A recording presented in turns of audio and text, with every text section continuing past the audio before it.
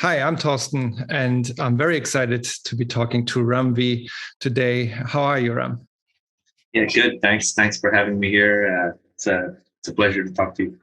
Thank you. Thank you for joining. And Ram, as all of you know, is the creator of many phenomenal titles, such as Black Mamba, Graffity's Wall, Blue and Green, The Savage Shores, all amazing title. But of course, what we're going to talk about today is The Many Deaths of Laila Starr. But Ram's also writing for DC, Catwoman, Justice League Dark, and Swamp Thing. Like halfway through, or like finished with the first volume. I'm waiting for the second trade paperback to be released. Yeah. But you also wrote Carnage, and are currently writing Venom with Al Ewing. You have just announced that you're going to be the upcoming writer, ongoing writer on Detective Comics. Yeah. And I believe Aquaman Andromeda is also coming out in a couple of months. So you have a lot of things on your plate. So thanks for taking the time today to talk to me.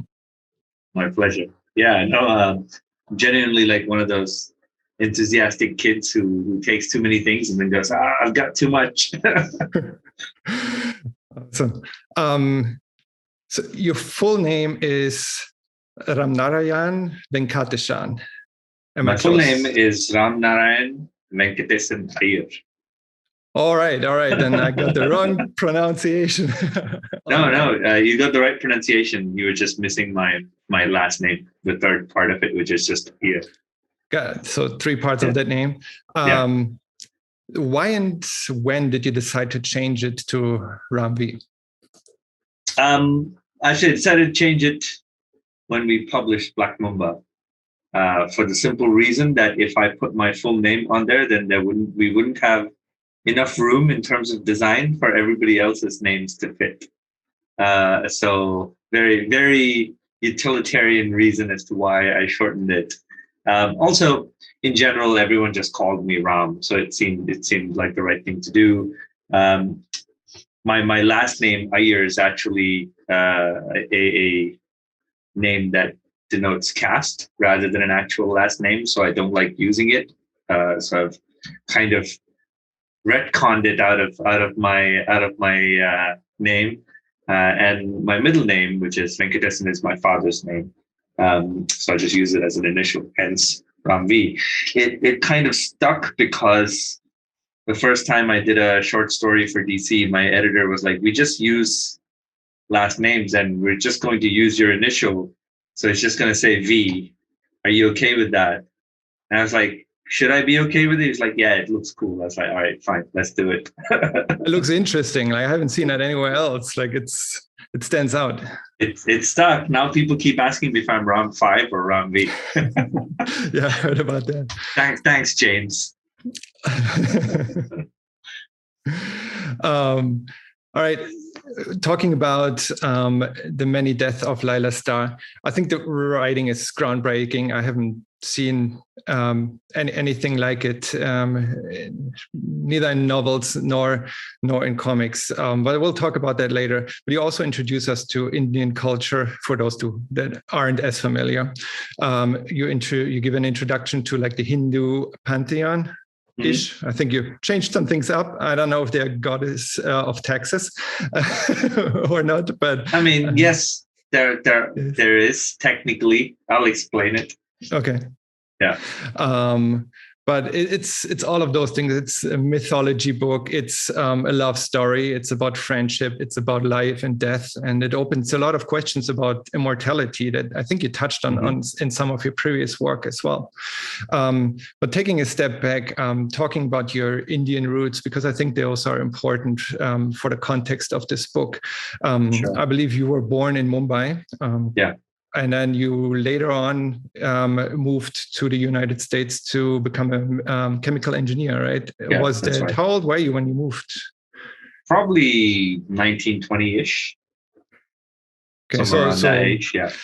The main year, the years that probably have the most impact on you, you spent in Mumbai, and I think that you can. I always tell people I had two childhoods. Okay. One was in Mumbai, of course, but I think the experience of going and living by yourselves, from far away from your family, from your parents, and kind of figuring out the world on your own, is like a second childhood. So yeah, I think they were both quite pivotal parts of my life. I think my writing is certainly influenced by both in equal measure. Yeah. So you spent about 7 years, I believe, in the US, and then did you move back to India first, or straight to London? No, I moved. I spent about 7 years in the US. Moved back to India for 3 years. Then I moved to London in 2013 or so. 2013, 2014, something like that. And that's when you decided to become a writer, right? You didn't really have that plan early on. I mean, becoming a chemical engineer, that seems to be completely different. So did you move to London to become a writer, or did you realize that after you moved? No, I mean, on some level, I'd always been writing. I think my first piece of writing of any length was when I was 12 or 13. I decided I was going to be the next J.R.R. Tolkien. I started writing part one of a trilogy, but I only got to about 40,000 words. But even then, to write that much quantity at that age, I knew that I had a yearning to write. And then I'd been doing that as a hobby, even all throughout my chemical engineering, all throughout my work. I would write in lunch breaks and on airplanes and in hotels and stuff. And then 2012 came along, and I had a few things published here and there. I had some poetry published. I had a few short stories published.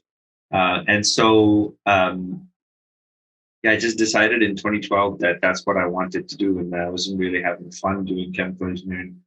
So I started writing in 2012, and then end of 2012, I had my first sort of work in comics published in India. It was a book called Agori, which did quite well. I had also had a few short stories published in more magazines. And one of my friends, Rajiv, who had been very close to me in that time when I was 19, 20, living in the States, a very, very smart guy. He said, look, you spent, 5, 6, 7, 8 years studying chemical engineering, doing something you didn't want to do. Why don't you spend some time studying writing, because you're clearly good at it. Formal study in that field might help you. So I took that quite seriously. I applied for a creative writing course in the UK, got in to the City University creative writing program, and 2014 and 2015, I did that. And then it was around the end of that program that I started putting Black Mamba together.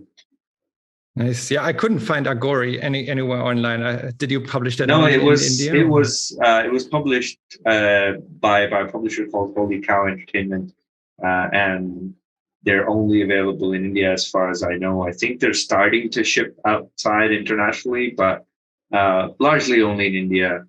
It's also very early work from me, so I don't know that I want it shipped everywhere in the world. I mean, to me, the earliest work that I've read of you is Black Mamba, and I think it's amazing. It's like it's up there with these Savage Shores and Graffiti's Wall, like, and the many deaths of Laila Starr. Not to diminish any of your other work, but they're all like, I mean, all great titles. You can't really tell that you're like new to writing. Like it's great stuff. Yeah. No, I think. I was quite surprised to be writing, my first self-published comic in 2016, which is Black Mamba came out in 2016, and then to be writing like a Batman story in 2019 or 2018, something like that. So it was quite affirming to have other professionals read the work and go like, yeah, there's something here, you should stick with it. I think one of my earliest experiences was Paul Leavitt, who had just finished his term as commissioning editor at DC, and I didn't know anyone in the industry, so I didn't know who Paul Levitz was. I just walked up to him and showed him a few pages of Black Mamba, and he said, "You should stick with this. You've got the talent for writing." And then only later, after I went back home, I realized, oh wait, the top editor at DC thinks I should continue writing. I'm like, okay, maybe I will. That's awesome. Yeah, and I think those resonate also with a lot of people. You said that stories in Mumbai, Graffiti's Wall and Black Mamba, but especially those two books, I think they resonated a lot with me. I grew up in Berlin, Germany. I don't know what it is to grow up in either Mumbai or the United States, but to me, either books could have been placed in Berlin in the 80s, 90s. Like Graffiti's Wall could have been placed in Berlin, like the kids going through the same kind of troubles, things that those go through, and it's kind of universal. Apart from the crows picking up the dead body parts and dropping them elsewhere, I think that's might be very unique to Mumbai. I think that's part of my preoccupation with stories, is that good fiction relies so much on specificity, right? Like when you read a story, you want to feel like you are listening to that story from someone who knows much more than what is just on the page. And so a lot of that happens through specificity. But then to me, it's always fascinating how you can translate a universal human experience through a very specific fiction. And if you look at Black Mamba, Graffiti's Wall, These Savage Shores, Laila Starr, even my work on Swamp Thing, Catwoman, all of them are using specificity to try and talk about fundamentally universal human concerns in some way. Yeah, and it's very detailed. You like pay a lot of attention to detail. You go into the depths, which shows how much you thought about those stories. And I think for the Many Deaths of Laila Starr, you mentioned, I heard you saying that you came up with that idea many years before you even became a writer. You've had that idea in your head for a while, and kind of it kept lingering around, and you thought about it constantly like through different stages of your life before you then pitched the idea. Yeah, it's also a very common sort of Indian story trope, this idea of Yama or god of death coming down to live amidst mortals is a very well-worn Indian trope. But I kind of wanted to write about death in some way. And those two ideas had existed quite disparately for quite a while. And then when I started thinking about like, okay, I really want to write this book, I realized that it's very difficult to write something and not be compared to the big elephant in the room, which is Neil Gaiman's work on death. And so I was kind of trying to wrap my head around, okay, how do I make this a different experience in some way? And the first thing that came to my head was, well, death is a cultural experience. So Gaiman's death necessarily is going to be very different from death that someone in India thinks of, or death that someone in Japan thinks of, or death that someone in Africa thinks of.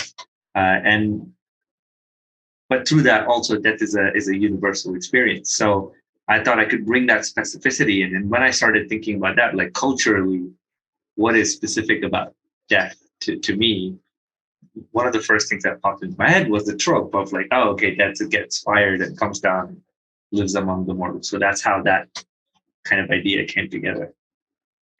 Yeah, and I think it's a perfect balance between life, death, immortality, where in Graffiti's Wall, you focus more on life, the life aspect, I guess, like experiences. Sure. In Blue and Green, you focus more on death. In my opinion, like the way I read it, like the book left me a little bit depressed for the rest of the day, to be honest. But it was a great read. It was an amazing story. It was just like down after finishing it, which I guess also speaks to the writer being able to emotionally impact you that way. Yeah.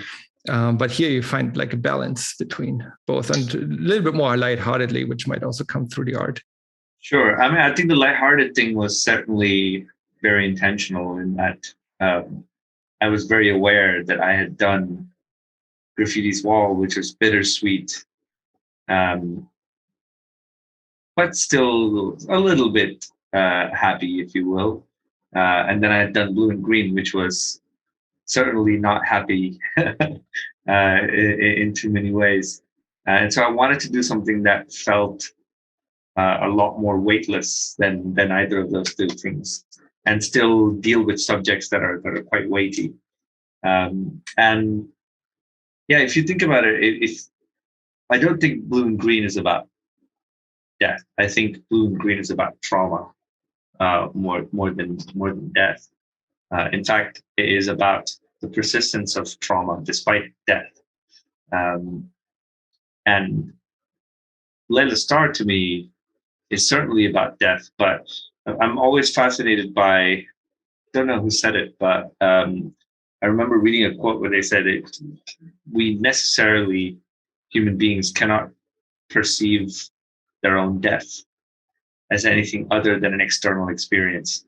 When you think of your own death, you always think of it as an observer standing detached and watching your own death, if you will. And so, really, to me, the only way you can personally speak about death is by speaking about life, and that's I suppose that's why that balance comes through in Laila Starr. No, that's great. Let's talk about the collaboration with Felipe. So Felipe Andrade is the artist.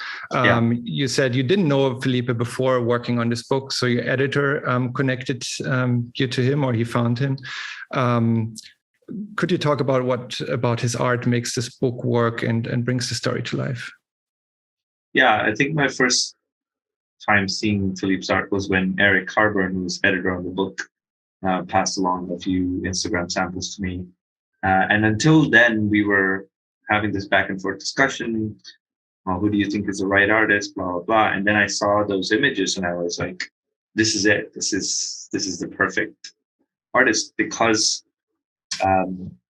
if you're going to talk about something so weighty as death, I certainly felt like the art had to do a lot of pulling in the other direction. And so I think Philippe's line work has so much energy, so much life to it that, I could ask him to draw like the most dead object and it would still feel full of life and full of vibrancy, if you will. And I think that very much comes through. And the other thing that I wanted to do with death, with the story, was approach the subject with a kind of innocence. When you talk about big concepts of life and death and meaning and all that, I think there's a tendency, certainly in modern storytelling, to look at it all with the lens of cynicism. That we've done this, we've seen this. There is no joy, there is no happiness. Blah blah blah. Maybe to an extent that is in some way true, but also, what is the point of looking at everything through that lens? And so I kind of wanted to find a collaborator who would be able to bring an innocence to the artwork. And I think Philippe's drawing, to me, the best word to describe it, may not make sense, is that it feels very innocent. It feels like there is a curiosity, a joy to drawing, that it doesn't feel like this is an artist who's tired of doing work. And so I think that there's a very unusual quality and very valuable quality. And so as soon as we saw that, I knew Philippe was the right guy to bring in. And then once his work on the actual script started coming in, there are so many little pieces and details he adds that are not in the script. That is very much a collaborative art form. For example, in the first issue, Layla's running through the hospital trying to get away from guards, and you can see her fringe in the top of the panel, and the hair is going down the side. So it feels like you're having a first person perspective of her running. You can see her arms ahead in the panel as well. That wasn't in the script. That was all Philippe choosing to portray it that way. And so I'm always excited by people who have that sort of interesting choices in their artwork. Awesome. So you gave him like free hand with regards to the art, or did you lay out panels? I don't know how you usually work for artists. My scripts tend to be quite detailed, but they're also, I always go to the artist and I say, you're very welcome to ignore all of it and do something entirely different if you feel like, I feel this makes it better. And if there's a disagreement, let's talk, let's figure out. I'm sure we'll find a way to. I believe in that kind of collaborative back and forth rather than me giving someone free hand or not. It assumes that I have that power. I would much rather not have that power. I would much rather sit across a table and figure out how this stuff works. Yeah. And I think he snuck something into one of the backgrounds. I think in issue 3, when Safar stands in front of the wall and you spray the graffiti at the wall, say, and I think it goes, you will never get over your first heartbreak. And he signs it with Ramvi. He said you didn't know about it. So did you I didn't know about it until the final art came through. And I was like, yeah, cool. Meta appearance in my own book. That's good. Did he talk about it more about the meaning, or if that's something that he was just making a joke, or does that have any other? No, the graffiti, the you will never get over your first heartbreak was actually in the script. Okay. Only the signed Ram V part was put in by him. So I think it was a nice touch. I like this kind of non-intrusive metafiction. Yeah, and I talked to some folks as part of a book club about this book after my first reading, and I mentioned it, and like I think 80% of the people didn't even see it. So you always have something that you can find on your second, third read that you can find it. I think I've read the book like 7-8 times now, and I'm still finding new things in it. It's just so detailed and so many arc. Like no character remains unused, right? You have the smallest character has a character arc and appears somewhere else. But the entire story, so it spans over 64 years. That's the lifespan of Darius. And then you as a writer had to make the decision, do I place those in the past or in the future, right? 64 years. Right. You decided to go with starting it in 2019. I think that's when you started working on the book, or when it first came out, and then placing it into the future. Did you have any particular reason? Because there's some events in issue 3 and 4 that kind of are like, are you predicting? To me, that opens the question: Are you predicting the future, or is that just part of the story? Which events are you? I think issue 3 is set at 20 years in the future, 2039, and Mumbai goes through like social unrest. Mumbai's been going through social unrest like clockwork for every 8 to 10 years. There was a riot in 2000s. There was a riot in 1992, and if you look at India today and the direction that society is leaning into, it's not the place where I grew up. I had friends that were from all different religions. I had friends from different castes. No one cared, what religion you subscribe to. It was a personal choice, and I think people approached each other with a sense of curiosity.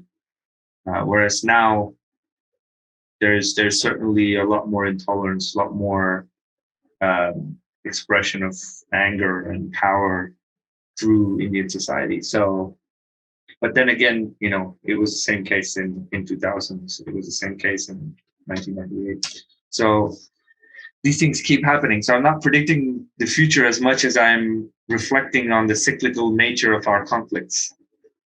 Gotcha. And then in issue 4, we see the last Chinese temple dying, if you characterize it. again, does that stand for like a decline in Buddhism?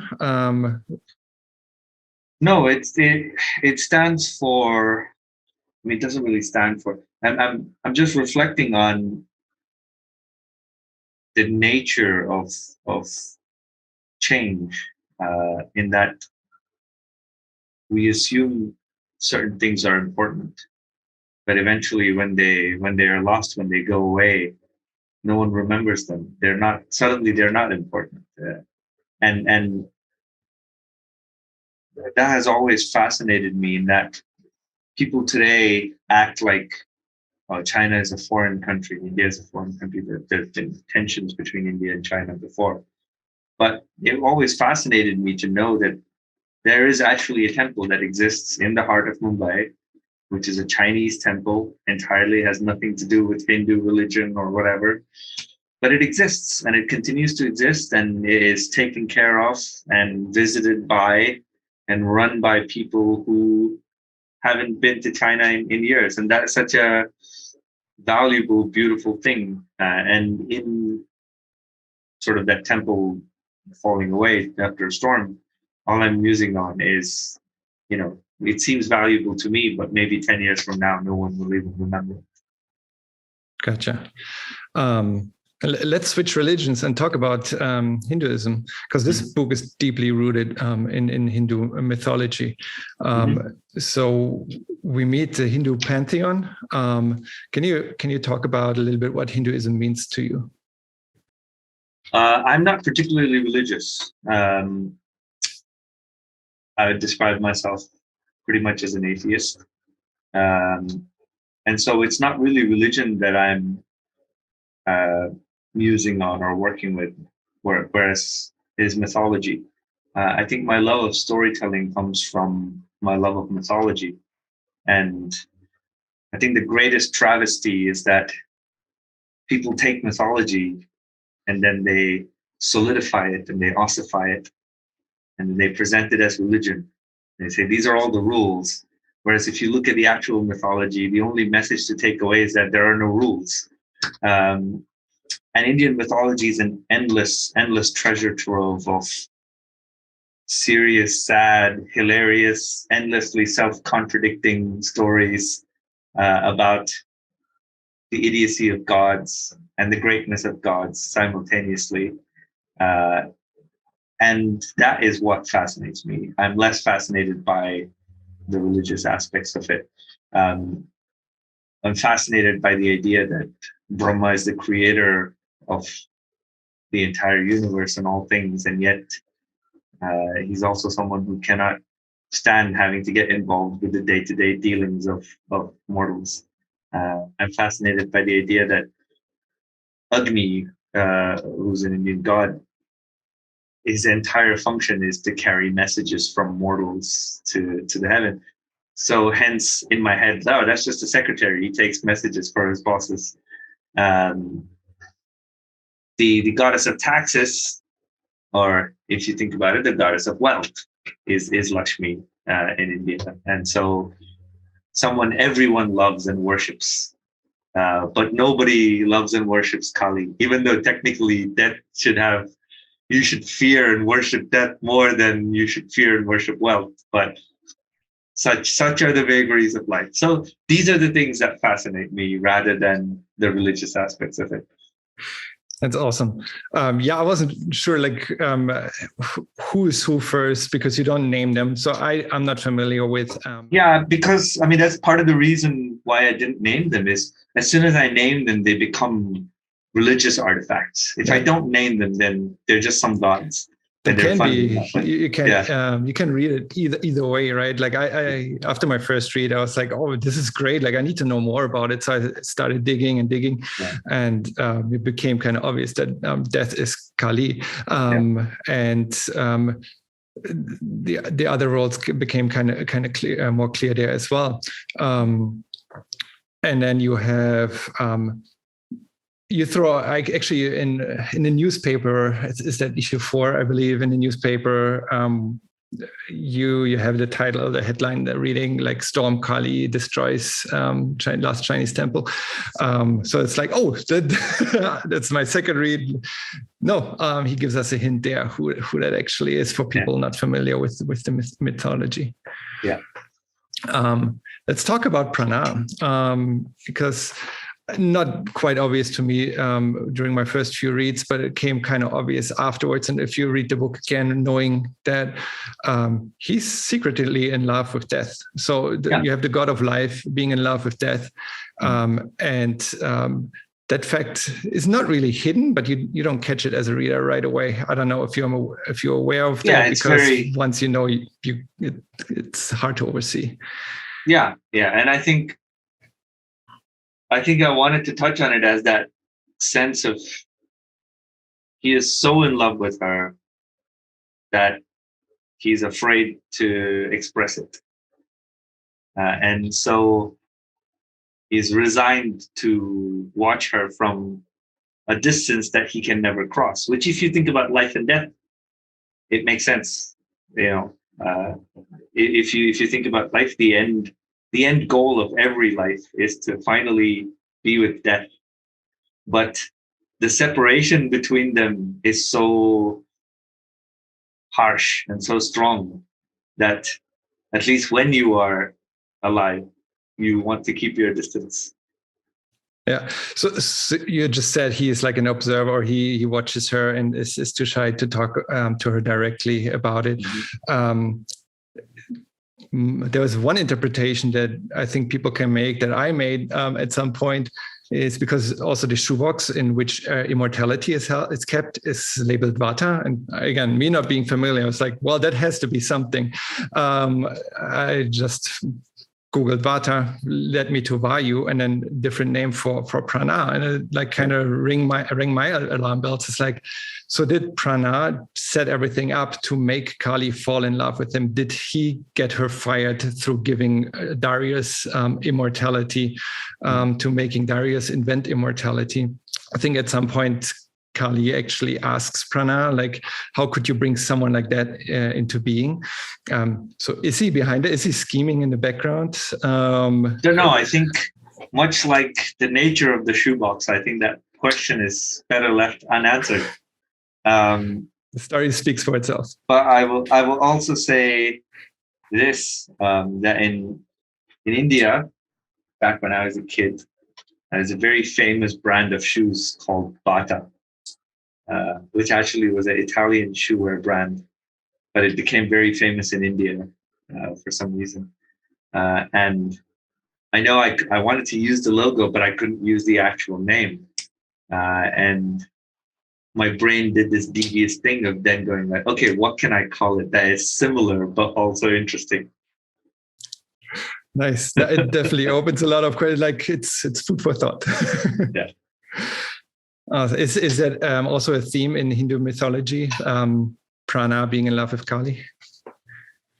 Or is that something that... I think it is a theme in every mythology, Prana being in love with Kali. I don't think it's ever directly addressed, but Prana in Hindu mythology technically is just breath. So it is breathing. It is the first sign of life, if you will. So there isn't really a god figure called Prana who exists in mythological stories. So, but it made sense that they would be in love. Nice. Let's talk about Kali. So she's getting fired, getting sent to Earth, and she doesn't want that. She kind of stumbles into, is thrown into that situation. And you can see her growth, right? Like from issue 1 through 5, and she tries to kill a baby, doesn't succeed because she starts developing morals. Later on, she starts developing empathy. And then in issue 5, she actually begs Darius to use his invention of immortality so he wouldn't die. So it's like the growth story. So Kali is figuring out life, while Darius is like managing or figuring out death. And it's that beautiful connection between the two that is... They're building a friendship, right? Like she becomes friends with Darius throughout this book. Yeah. And then she basically only lives, or she experiences life at those crucial points when she talks to Darius, because I don't think she lives through most of the in-between issues. She's not aware that 8 years have passed between issue 1 and 2, like 12 years between 2 and 3. So she has to be brought up to date by Prana, what actually happened during that time, except for, I think, between issue 2 and 3, you wrote that she had like 1 year during the last year leading up to that. She actually went through the growth there and had relationships and all of that. To me, it was less about her gaps in life in isolation, more about her gaps in her meeting Darius. Partly because it gave me a really interesting mechanism to work with the issues. This idea of death dying at the end of every issue was endlessly hilarious to me. But the other thing also is when you live, it's easy to take the majority of things for granted. You take a sunrise for granted every day. You take everything for pretty much most of your mundane experiences are taken for granted. But in having a point of view character who is only able to see this person after long gaps in his life, my hope is that we see what an accumulation of life looks like. Someone who has accumulated memories, someone who has accumulated experiences and has been altered by them, is such a beautiful thing. And yet, as people who are going through that process, we don't remember it. We don't think of it in those terms. And so maybe on some level, that was a vehicle to say that, look, you've changed between when you were 5 and when you are 15, you have changed so much. There is so much that you have experienced, and no one else will experience it in the same way other than you. And that's such a valuable thing, Yeah, and that's, as you said, that's how you experience life, right? You have those core memories, those memories of your past and of certain events, of certain experiences. But probably, like, if you ask me what I did 5 years ago, I couldn't tell you like 80% of that year. I could only tell you 2 or 3 events of that year that stood out. But the rest is like, you don't really think about it or can't even remember if you wanted to. So I guess on some level, then the commentary is that you will not remember this in 15 years. So enjoy it while it is happening to you right now. So Darius, he kind of gets onto Kali, figures out who she is by issue 3, issue 4. Or you could also say, is she maybe, that's again an interpretation, maybe as you as a writer don't want to really talk about it, don't give an interpretation, because all those things are open for interpretation in this book and could be valid. To me, I think that's me as a realist, like that's the interpretation I held on to the longest before I discovered the whole Prana being in love with Kali theme, is Darius actually creating the pantheon as a mental construct. So he's having a conversation with death every time he experiences his death. And it might be all in his head. Like he talks to death as he prays to the goddess of death. At those crucial intervals or crucial milestones of his life. And to me, there are some hints in this book that make this a valid argument, because even though Kali is sent to Earth to live a mortal life, she doesn't really live a mortal life. Like, she dies and is being brought back. I think the cigarette in issue 3, she gains like untold power by being kissed by death. So she still has godly powers, despite the fact that she's supposed to live a mortal life. So I don't know if you want to comment on that, if that could be just Darius's interpretation, or him praying to the goddess of death. A couple of things that I will comment on. but I don't know that they will clarify anything to you. In that, she's intended to be sent down and live a mortal life, but she doesn't not because of her powers or by her choice, but because Prana keeps bringing her back. Because in classic romantic literature form, he cannot let go. So he keeps bringing her back every few years, hoping no one will notice. And so her return is not really a power of hers, but a result of Prana's meddling, if you will. So she was intended to live a mortal life, but it is only by the grace of another god that she doesn't. Where, as to the subject of the cigarette gaining powers, it is more of a case of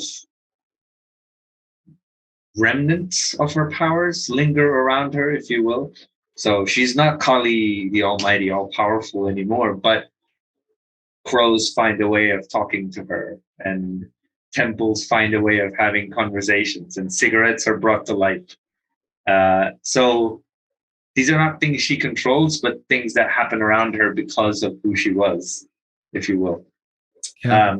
And as to whether it is all a construct of Darius's making, I don't know that there was any intention on my part to do that. But if that is an interpretation, it is very welcome, because the intention was to place this kind of link of serendipity, in that every time he meets Laila, he has just experienced death. So in that, I think there was a poetic beauty to I'm meeting death just as I am meeting death, you know? Yeah. No, and I think that's also what makes this book so great, is that you can have all of those different interpretations. You can see the story through different eyes, right? You can look at Laila Starr, who dies and then becomes an avatar of Kali. You have Kali herself, who falls in love with mortal life throughout the book. You have Darius, who learns to appreciate life throughout the experience of death. And you have Prana, who, in my opinion, manipulates the pantheon of mankind to make Kali fall in love with him. Right? Mm-hmm. And depending on which version you choose, you can, I mean, all of those are valid, in my opinion. And I think that is just, to me, that is one of the things that I appreciate about good, interesting art, is that it doesn't want to give you an answer, but it wants to make you ask many questions, if you will.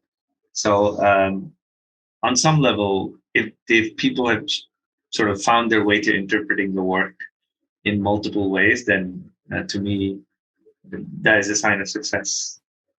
Yeah, and what I think what makes this groundbreaking and why this book stands out, among other things, is you're using one plot, right? So you're having a premise, you're having the plot, but you have multiple stories attached to one plot, and then depending on which story you choose to follow, the genre of that book changes as well. So if you look at Kali's story, the genre of this book is fantasy. If you look at Prana, it's a love story. If you look at Darius, it becomes magical realism, if you assume it's a construct. And on a bigger level is if you just start thinking about what is life without death, it becomes deeply philosophical. So you have genre shifts based on how you read the story, which just blew my mind.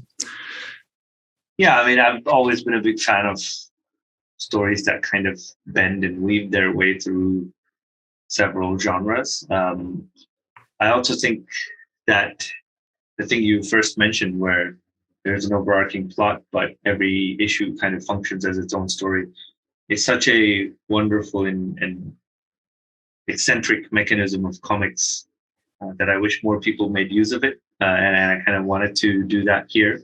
And yeah, I think the story is quite successful in doing that, in that you could pick up issue 4, read it first, and then read issue 2, and your brain will still make the bigger connections, but you will not have felt like you read 2 stories out of linear progression or whatever, you know?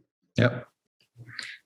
One point about Darius, I believe in one of your early pitches, you name him Neil. Is there any reason to change that to Darius, or was that just, it sounded better? Because later on you name his son Neil. Yeah. I don't know why I did that. I just like the name Darius. It's such a wonderfully eccentric name, especially in India, because it's mostly a Parsi name, which comes from Persian lineage through Zoroastrianism, and so it's a very rare name. And I just like the idea of naming someone Darius. Nice. We got to talk about the poems in issue 5. Yeah. So you have them written by Akur Puri, which is an anagram for Rupi Kaur. Yeah. I couldn't find the specific poems in any of Rupi's works. They're I assume they're written by me. Yeah, you wrote them, and then in the style of her work. So that's like an homage to Rupi. Maybe talk about what her works means to you and why you choose to incorporate it. Don't know that I might disappoint a lot of listeners. I don't know that it's an homage as much as a somewhere in between a loving joke and a parody. In that, and this is my personal experience, so it'll make more sense. But before I wrote this book, I went on a trip to Goa with Dan Waters, Ryan O'Sullivan, and Aditya Bidikar, who are all comic creators and people that I've collaborated with before. And on our way to Goa, we stopped at the airport, and Ryan purchased a book of Rupi Kaur poems. And it's a 3-hour trip between the Panjim airport and where we were, the beach that we were in Goa. And through this 3-hour trip, we just kept reading each other these poems very loudly in the taxi, as if we were romantically serenading each other. And we were, some of them are quite nice. Others I feel are a little bit overwrought, a little bit heavy-handed. And so we were laughing at them and enjoying ourselves. And I felt like in a book that is, at least to me in its plotting and writing, quite gentle with its message, I wanted to have these poems that were not gentle at all. They were very heavy-handed, very unsubtle poems in the middle of this hopefully light-hearted, light-touched story.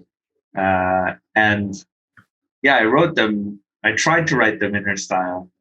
But they're entirely mine. And I'm only making well-natured fun of Rupi Kaur through all of it. It's a great way to incorporate like your own experience and make this book have even a bigger meaning for yourself, having that experience, because that's basically, well, Kali isn't reading it to anyone, she's reading it herself, but like, as she also, I think it's like about the same drive, right, from Panjim airport to it's like she does the same drive. Yeah, and I don't know that she's even reading it to herself. They're just yeah, extra narrative punctuations between the story. Yeah. So let's talk about the first poem, because I felt like not being punched in my face like a little bit. I wasn't sure if you are talking to the reader or if it's just a meaning for Kali, Prana talking to Kali throughout the first poem. But my interpretation of the first poem is like, don't go looking for a deeper meaning. And usually when a writer says that, or when that's written, kind of breaking the fourth wall, talking to the reader, it means exactly the opposite. Like, yes, there's a deeper meaning here. It's like what James Tynion does in Something is Killing the Children. I think he has the protagonists speak out like, those are just monsters. Don't think of them as something else. Like, yeah, right. That points me exactly to where I need to go, which means that the monsters stand for something else, which here there's a deeper meaning. But is that you writing to the reader, or is it? No, I think more than me. So it's odd because I never write to the reader. Even when I'm constructing a book, it is entirely written in an inward creative cycle. I am writing it because I enjoy writing it. And so I don't think the poems are meant as messages to the readers. I think they're just interesting points of evocation. They're meant to draw a reaction, but what that reaction is entirely up to you. Yeah. If that makes sense. That makes total sense, because especially poem 2 and 3, I think the second one, it summarizes like that life has to be lived. And the third one basically also describes how you only live through experiences. That like if you don't have experiences, what is there to show for? So no, that makes total sense. But it's not the only like hint here. Like you bring in those poems. But I believe you also at some point, I heard you comparing art and the lightheartedness, playfulness to Fabriel Felipe's art to Gabriel Barn and Day Tripper. Feels very similar, and there's more some schemes, some themes there that are similar. So you have the artwork who looks fairly similar. Laila dies at the end of every issue. I think the book is definitely in conversation with Day Tripper in some way. So yeah, which is my all-time favorite book. I mean, the Many Deaths of Laila Starr makes it up there on too, but the Day Tripper is still my all-time favorite. No, it is also one of my favorite books, which is why Laila Starr exists. So nice. Hey, more props to Day Tripper than if that made you write this book, because that's awesome. We wouldn't have. So would you say we wouldn't have this book without Day Tripper? Yeah, I would say that's a pretty safe assumption to make. We wouldn't have this book without Day Tripper. We wouldn't have this book without Death, the High Cost of Living. We wouldn't have this book without Jose Saramago's Death Interrupted. So yeah, there's quite a few. We wouldn't have this book without all those terrible Indian movies where Yama came down to the mortal plane. And it's like a theme that like you have in lots of, not all of your work, but in most of your work, you focus on life, death, and immortality. There are lines in, I think, Hyder Ali in These Savage Shores talks about immortality as a desire that he has looking at immortals. So it's more a desire. Here you make it more of a conflict, like the big question of whether immortality is a good thing or not. But you're clearly fascinated with life, death, and immortality. Where does that come from? Is that just you? As are we all. I think we are all in some way fascinated with life, death, and immortality. I think it is, like many things, one of those universal themes that finds its way into my work without me necessarily going like, okay, I want to write about life, death, and immortality. Much in the same way, I don't know if anyone else has noticed, but apparently father-son relationships find their way into my work all the time. These Savage Shores, Graffiti's Wall, Black Mamba, Laila Starr. Blue and Green has a mother-son relationship, but close enough.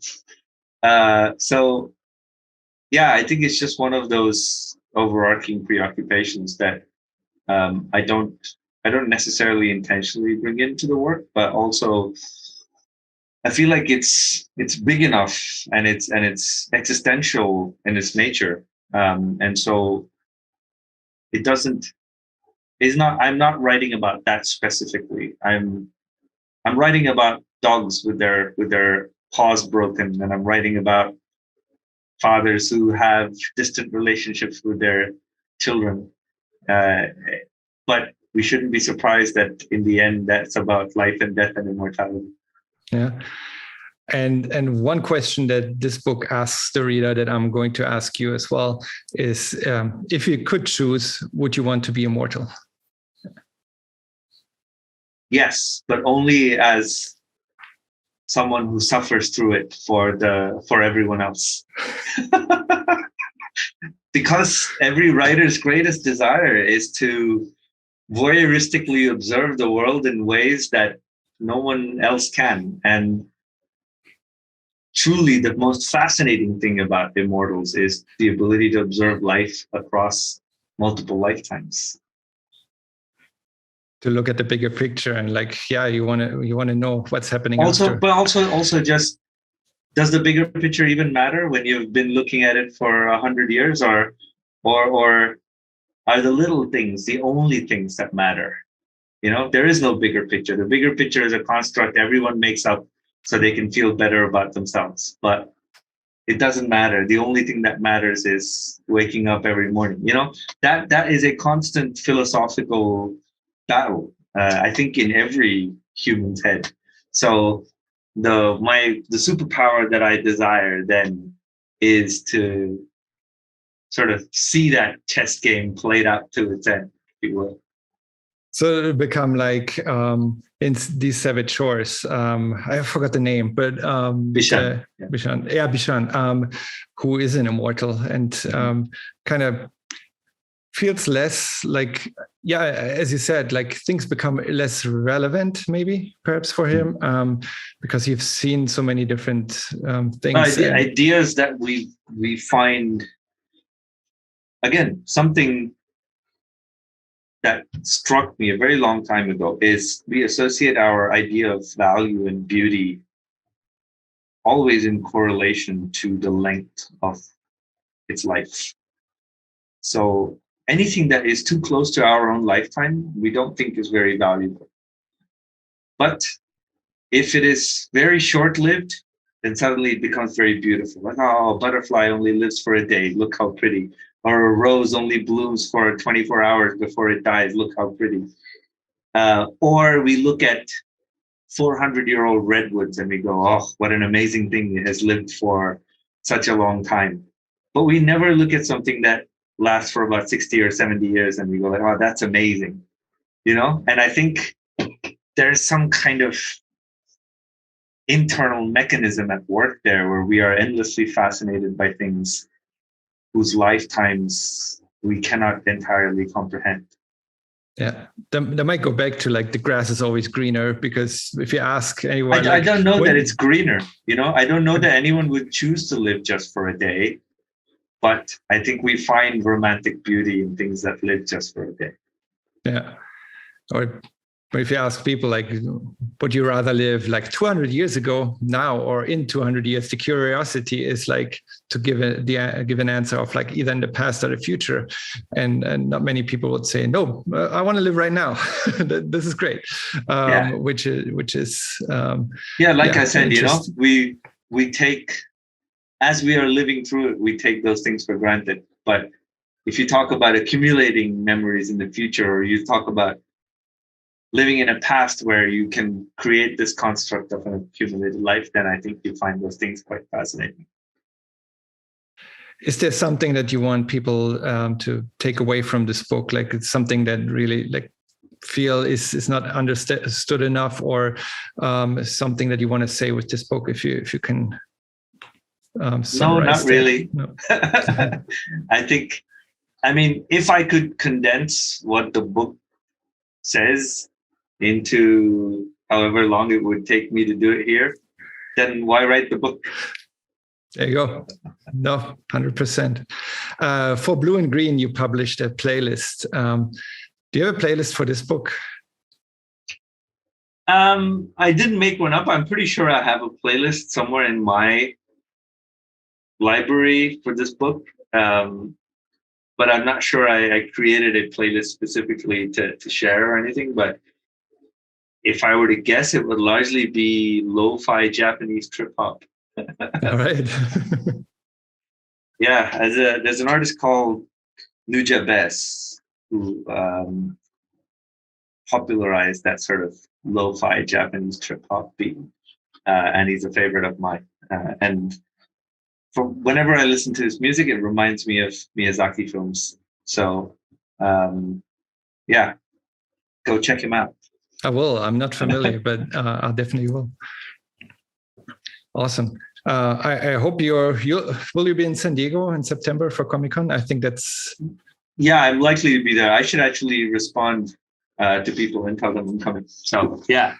I'm likely to be there. Yeah, that's when the Eisner Awards will be announced. So I'm like, that was the first book. I'm like, how can I, like, this needs to be nominated? And I figured out only publishers can nominate this book. It's like, all right, if I hope they did. Like, they better nominated you as best writer. Definitely think you deserve it. Thank you. If you have a few minutes, I have like 4 really quick questions that are unrelated to the many deaths of Laila Starr. You can take as much time or as little time as you want to answer them. If you don't want to talk about it, just say so. The first one is, what are the chances for the Brigands trilogy to get its final part? Next to none, unfortunately, because the publisher is in all kinds of legal trouble right now. And I don't know that I can publish a part 3 with a completely different publisher. So it is what it is. That's it was to me when I read it. It's like, this is better than Game of Thrones. Like that. Where's the final act? It's not done yet. Right. The final act is in my head. Awesome. If you had to pick one, would you rather be writing creator-owned titles or titles for DC or Marvel or other big? I wouldn't pick one, but I write them for different reasons. I derive joy for different reasons from between writing creator-owned stuff and writing more superhero stuff. I wouldn't compare one to the other at all. Awesome. And that's what you've been doing and been fortunate enough to be doing and keep doing with Detective Comics. So you have Chip Zdarsky on Batman, you and Detective Comics. Have you guys talked to each other about what those 2 titles will be about, if they're connected or if everyone is doing their own thing? Yeah, we've had some conversations about it. I wouldn't say they're deeply connected, but they are connected in entertaining ways. All right, I'm excited. Looking forward to that. I know you have a big book collection. What's your most favorite possession and why? See, this is difficult. Like, I don't have favorite books or favorite movies. In fact, that's not to say I don't have interesting opinions on them. I have so many favorite books and so many favorite films and all of those things for so many different reasons. It's like asking me to pick between Day Tripper and Sandman, or asking me to pick between Sandman and Batman Year One, or asking me to pick between Batman Year One and Akira. You know, yep. It's impossible. So I have a lot of prized possessions. I do have a full-size original art edition of the Sandman Volume 1. So that is prized to me for different reasons, in that I get to see every scratchy line work of Keith Giffen's work on the book. So maybe that. I also have a Daredevil art edition, so it has all of Mazzucchelli's original line art on there. So I have a few things here and there that are quite special, but picking favorites is a losing proposition.